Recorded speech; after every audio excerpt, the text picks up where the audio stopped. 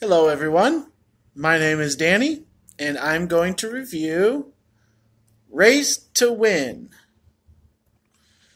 It is a. Sorry, I thought I'd be able to find it really easy. Looks like 2016 movie by Anchor Bay Entertainment. It's a dove.org all ages movie. It's 82 minutes long. It's not rated because it's a Christian movie and it's pretty obvious what the rating is. And so here's the storyline. Okay? In the wake of a sudden heart attack, the death of Gentry Rhodes leaves his devoted family in turmoil. Facing threats to sell their family ranch to pay off debts, oldest daughter Hannah looks to her father's spirit for guidance and strength. Hannah comes up with an idea to win money and save the ranch by entering the upcoming barrel racing competition. After days of practice, the love and support from her family, and a few visits from her father, she discovers how to manage her self-doubt and overcome her fears of the past. So, first thing I'll say is that the father in this movie, Gentry, is Luke Perry. I had to look him up because I didn't really know who he was, or he looked familiar, but he kind of looked like a country music singer, and I know Trace Adkins and Vince Gill have done movies, so I just wanted to look him up. He used to be in 90210, and I seriously have never watched that show ever in my life, so that explains why I didn't know who he was. And he's done a lot of just off-base movies like sci-fi and some other different ones, but he has done some Christian movies, so I'll have to start looking those up. But I just didn't really know him, so as a basic evaluation, he's a very good actor. He knows how to talk to people. He makes things feel emotional. I'm guessing he's a follower of Christ because he is in a movie like this, and he kind of comes off that way. That he's a very nice guy. He's very feeling with his heart for family members and stuff like that. And I just kind of appreciate him as the father. Now, as far as these visits go that the sleeve explained to us, I don't really know. It was kind of weird. It was his way of being in the movie, is by offering advice and support for his family members. But he wasn't really an angel, and he wasn't really a messenger. It's kind of like a spirit that the family called upon when they needed it. I guess that's the best way to explain that. So it was all right. It was just kind of different and not really a ghostly presence or anything that I've seen anybody else do. It was kind of unexplained, but it worked okay to have Luke Perry in the movie. It's just that was his biggest role. So I think if this movie just had him die at the beginning and then had the movie happen, it would have been just fine too.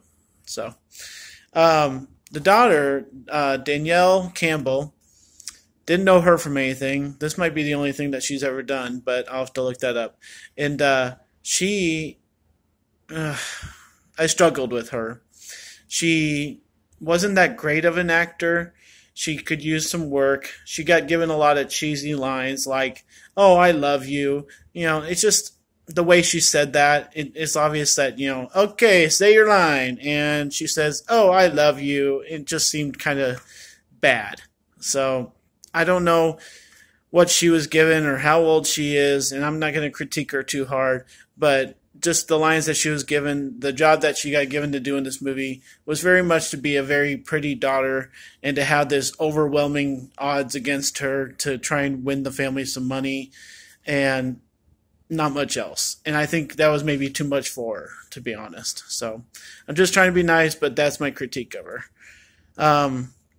This movie does have a slow-moving plot because it's kind of about one thing, the barrel racing, and so other than that, it has great characters. It brings people in and out, and it has somebody do something and come back later and explains what they did, and has a really big villain for some reason, but it works out with the plot why there's a villain. And he plays his part extremely well. He looks like the slimiest guy I would ever meet in real life if I saw him out in the streets. So that part was good. They very much casted the right slimy guy. So yeah, it comes to fruition at the end. Obviously, being a feel-good family movie, it has to have a nice ending, but it's very serious. It's very, you know, to be what it is at the end is very meaningful and very serious and very heartfelt and very kind of almost dangerous. It was suggesting some danger, and all these goons along the way, we find out what they did, and it's a little bit unfulfilling, but it's fine.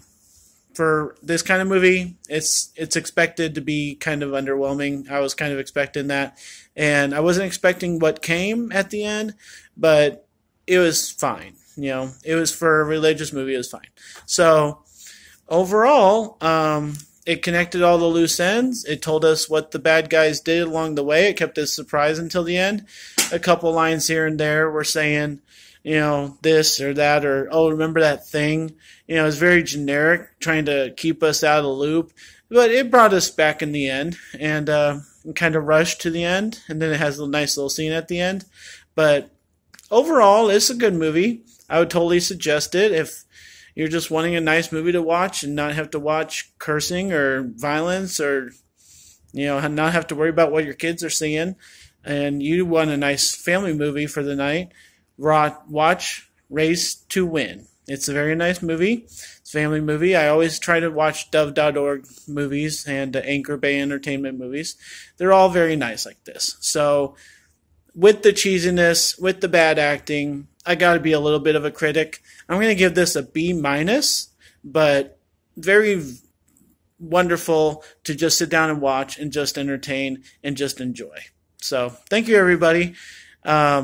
If you like this video, please hit that like and subscribe button and enjoy your movies. Thank you.